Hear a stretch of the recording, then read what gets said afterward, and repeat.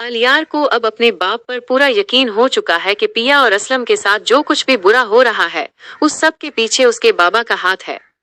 वो सच्चाई तक पहुंचने के लिए अपने एक करीबी दोस्त को अपने बाप की जासूसी पर लगा देता है। आलियार अपनी माँ के सामने अपने दुख का इजहार करते हुए कहता है कि उसे समझ नहीं आती कि पिया जैसी अकेली लड़की बाबा जैसे ताकतवर इंसान का मुकाबला कैसे कर रही है, जबकि सारा कसूर उसके बाबा का ही मालूम होता है। उसकी माँ उसे टोकती है कि तुम एक पराई लड़की के लिए अपने बाप को गलत कह रहे हो, जिस पर आलियार दो टोक जवाब देता है कि माँ, अब बाबा की तरफदारी करना छोड़ दें। आप भी बहुत कुछ जानती हैं, लेकिन मैं अब उनका असल सच सामने लाकर रहूंगा। दूसरी तरफ सानवल और उसके वालिद के पिया पर बहुत एहसानात हैं।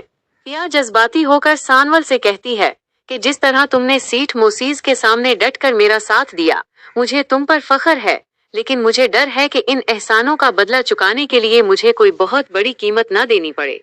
किस्सा जब अदालत तक पहुंचता है तो सावल वहां सीठ दाऊद को सबके सामने खुली धमकी देता है कि अगर तुमने पिया को नुकसान पहुंचाने की कोशिश की तो मैं अपनी तमाम पढ़ाई लिखाई और तमीज भूल जाऊंगा।